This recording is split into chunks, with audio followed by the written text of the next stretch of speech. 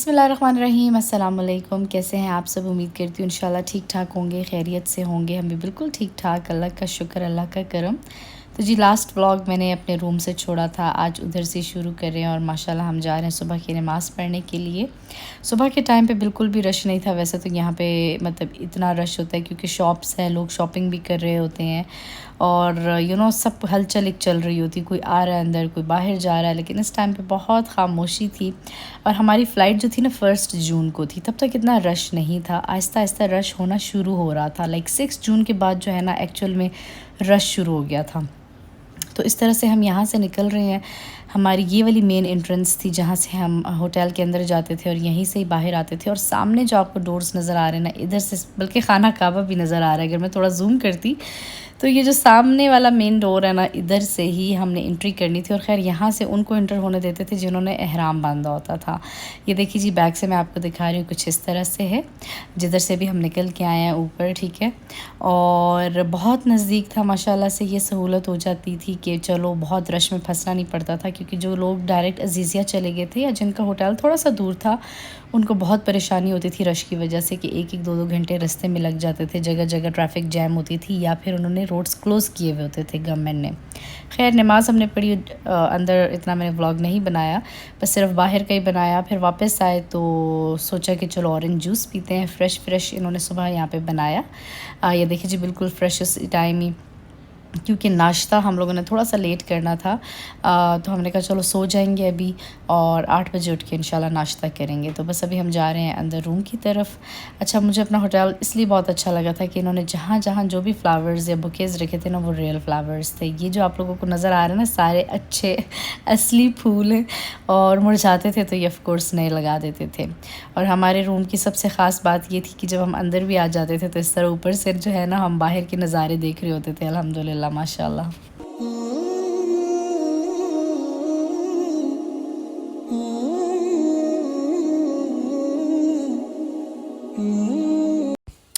चले जी, अब आ जाते हैं नाश्ते की तरफ। जब सो के हम दोबारा उठे तो नाश्ता करने आ गए थे और नाश्ते पे भी बहुत सारी वैरायटी थी, बहुत सारी चीज़ें थी डिफरेंट तरह की। और हर चीज़ कैप्चर करना मुश्किल हो जाता था, लेकिन फिर भी मैं कैप्चर कर रही थी क्योंकि मैंने आप लोगों को अपने पैकेज के बारे में बताना था।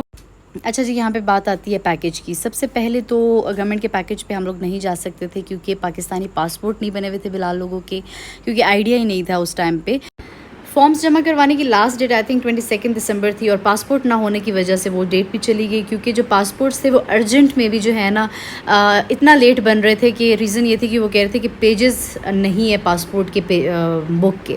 तो खैर ये वाला सीन भी आ गया था बीच में। फिर बिलाल ने तो बनवा लिया क्योंकि हम थोड़ा लेट जा रहे थे, और अंकल ने फिर वर्जीनिया जाके अपना पासपोर्ट बनवाया था, अमेरिका जाके, क्योंकि उनकी हमसे पहले जो है ना फ़्लाइट थी, वापसी थी अमेरिका की।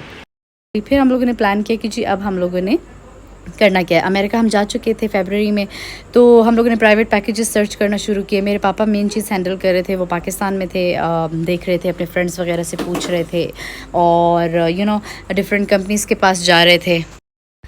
हर बंदे के डिफरेंट एक्सपीरियंसेस होते हैं, हर बंदा डिफरेंट पैकेजेस पे गया हुआ होता है, डिफरेंट कैटेगरीज़ पे गया हुआ होता है, कुछ समझ नहीं आ रही होती। सबसे मुश्किल मरहला होता है कि आपने एक रिलायबल कंपनी अपने लिए चूज़ करनी है जो आपके साथ जिस किस्म का वादा कर रही है वो आपको करके दिखाए, ठीक है। डिफरेंट एक्सपीरियंसेस थे हर बंदे के। खैर फिर बात आती है कैटेगरीज़ की। कुछ ये भी नहीं समझ आ रही थी कि ABCD कैटेगरी क्या होती है। फिर उन्होंने समझाना शुरू किया तो उसमें हमें अपने लिए B कैटेगरी पसंद आया था। और फिर बात आती है जी हमें इस जिस कंपनी के साथ हम गए थे उनके बारे में पता कैसे चला। तो एक्चुअली मैंने यूट्यूब वीडियो देखी थी फ़ाखरा खानम जी की। लास्ट ईयर भी उन्होंने हज किया था और इस साल माशाल्लाह दोबारा वो हज पे गई थी। हम भी साथ ही थे पूरे ग्रुप में। तो उनकी जो वीडियो मैंने देखी थी ना, वो मुझे बहुत ज़्यादा मतलब इंस्पायरिंग लगी और उनकी जो बातें थी वो मुझे बहुत अच्छी लगी। क्योंकि जो वीडियो में दिखा रही थी ये वो चीज़ें थी जो लोग चाहते हैं अपने पैकेजेस में। तो मैंने नंबर लिया, वहाँ से अपने पापा को दिया, क्योंकि मेरे पापा को सेटिस्फाई करना बहुत आसान नहीं है। मैंने वीडियो तो पापा को दिखा दी, लेकिन पापा ने अपने फ्रेंड्स के थ्रू वहाँ पर पता करवाया इनके बारे में। तो माशाल्लाह से पापा को हर तरफ से बहुत अच्छी बातें इनके बारे में सुनने को मिली कि जैसा ये कहते हैं वैसा ही करते हैं। क्योंकि सबसे मेन चीज़ होती है कि बहुत सारे लोग आपको होटल्स दिखा देते हैं कि जी आप इस होटल में रहेंगे, लेकिन जब आप वहाँ पहुँच जाते हैं तो होता कुछ और ही है। लेकिन अल्हम्दुलिल्लाह हमें इन्होंने कहा जी आपका क्लॉक टावर में ये वाला होटल होगा, तो एग्जैक्ट वही था। मदीना को जो बताया वही था, सब कुछ एग्जैक्टली वही था। और हमारी मेन डिमांड ये थी कि हम लोग 4 बंदे हैं तो हमें 4 बेडरूम्स रूम चाहिए, ठीक है, क्योंकि हम लोग फैमिली के ही 4 थे। तो हमारा जो पैकेज बना था वो था 20 लाख ईच पर्सन कुर्बानी के साथ मिला के, कैटेगरी बी, ठीक है। इसमें डिपेंड करता है, कुछ लोग 1 बेडरूम लेते हैं तो उनका महंगा पैकेज बन जाता है, सेकंड डबल बेडरूम जो लेते हैं उनका उससे थोड़ा कम हो जाता है। खैर नंबर ऑफ़ बेडरूम्स बहुत डिपेंड करते हैं पैकेज पे। प्लस कुछ लोग हरम में सामने होटल्स में नहीं रहते, वो डायरेक्ट अजीज़िया चले जाते हैं, बेशक वो कैटेगरी बी में ही होते हैं। तो ये भी चीज़ें जो है ना बहुत ज़्यादा मैटर करती हैं। लेकिन हमारे पैकेज में जैसे जैसे उन्होंने चीज़ें हमें बताई अल्हम्दुलिल्लाह वैसी वैसी थी और हम 100% सेटिस्फाइड थे। लास्ट वीडियो में आप लोगों ने मेरा होटल देखा जो मैंने आपको दिखाया था, व्यू दिखाया, सब कुछ माशाल्लाह से बहुत परफेक्ट था। और हर इंसान अपनी इस्तात के हिसाब से काम करता है। जब आपकी जेब इजाज़त देती है तो आप वो काम करते हैं, जब नहीं देती तो आप नहीं करते। तो हमें लगा कि ये हम कर सकते हैं कैटेगरी बी, तो हम लोगों ने कर लिया, ठीक है। और इसमें वही वाली बात है ना कि मुशक्क़त आपको फिर भी करनी पड़ती है, हज एक मुशक्क़त का नाम है। और जो डी कैटेगरी वाले होते हैं या सी, मुझे लगता है कि हमसे ज़्यादा उनको चलना पड़ता है और उनको ज़्यादा भी नेकियां मिलेंगी। आप जितनी मुशक्क़त करेंगे, आप जितना चलेंगे उतनी नेकियां कमाएंगे। तो इसमें ऐसी कोई भी बात नहीं है कि आपने ये किया उन्होंने वो किया। हमें नहीं पता कि अल्लाह की नज़र में कौन ज़्यादा मकबूल है। बस अल्लाह ताला हम सब का हज कबूल करे, आमीन सुम आमीन। और आप सब लोगों को हमारे समेत वहाँ जाने की तौफीक अता करे। तो जी ग्रुप का नाम यहाँ पे आपको सामने नज़र आ रहा है। तो ये है जी अलसमत कारवान बैतुल्लाह। इनके नंबर्स भी यहाँ पे अवेलेबल हैं इन केस अगर आप लोग कभी इरादा करें इंशाल्लाह हज या उम्रा दोनों के लिए। तो मैं गारंटी देती हूँ क्योंकि मेरा बहुत अच्छा एक्सपीरियंस था। अगर बैड एक्सपीरियंस होता तब भी मैं आप लोगों को कहती कि ये ग्रुप है और इससे बच के रहें। लेकिन अल्हम्दुलिल्लाह माशाल्लाह इन 25 दिन में इन्होंने हमें कोई तकलीफ़ नहीं पहुँचाई, बल्कि जितना इनसे हो सका ना इन्होंने हमें आसानियाँ प्रोवाइड की हैं। तो ऐसे बहुत कम लोग करते हैं, क्योंकि मैं वही बता रही हूँ ना कि हज पे जाने से पहले बहुत सारे लोगों से स्टोरीज सुनी थी। तो मतलब ज़्यादातर बैड थी, कम लोगों की अच्छी होती हैं। क्योंकि पैसा जब जेब में एक दफ़ा चला जाए ना तो उस तरह की चीज़ें प्रोवाइड बहुत कम लोग करते हैं। लेकिन इन्होंने आखिरी टाइम तक हर चीज़ प्रोवाइड की अल्हम्दुलिल्लाह। और मदीना में अजीज़िया में भी हमें 4 बेडरूम्स रूम प्रोवाइड किए, बहुत अच्छे थे। इंशाल्लाह वो आप आगे व्लॉग्स देखेंगे तो आप लोगों को अंदाज़ा होगा। तो मेरी जो वीडियोज़ होंगी वो मोस्टली मकतब बी या कैटेगरी बी के हवाले से होंगी, क्योंकि जो मेरे अपने एक्सपीरियंसेस होंगे वो मैं आप लोगों के साथ शेयर करूँगी इंशाल्लाह। अभी तक हमारा बहुत अच्छा एक्सपीरियंस चल रहा था। गर्मी बहुत ज़्यादा शदीद थी, जिसकी वजह से मैंने ग्लासेस पहनी हुई थी, मुंह छुपाया हुआ था, क्योंकि वो मुंह पे ना चुभ रही थी लिटरली। या फिर अम्ब्रेला ज़रूरी होती, आई डोंट नो व्हाई, मुझे अब याद नहीं है इधर मैंने अम्ब्रेला क्यों नहीं निकाली हुई। और इस तरह की बॉटल मेरे हाथ में हर वक्त होती थी, क्योंकि इसमें जो है ना पानी ठंडा रहता था। अगर आप दूसरी प्लास्टिक की बोतल हाथ में रखते हैं ना तो वो 2 मिनट में पानी गर्म हो जाता था, वो पीने का फिर फ़ायदा नहीं होता था। तो इसमें बड़ा ही सुकून रहता था। और हर 2 मिनट बाद मैं ना सिप ले रही होती थी, जिसकी वजह से डिहाइड्रेशन कम होती थी, क्योंकि बहुत ज़्यादा पसीना निकल रहा होता है। अभी तो हम लोग 1 जून को मतलब गए थे, तो ये इस टाइम पे थोड़ा रश है।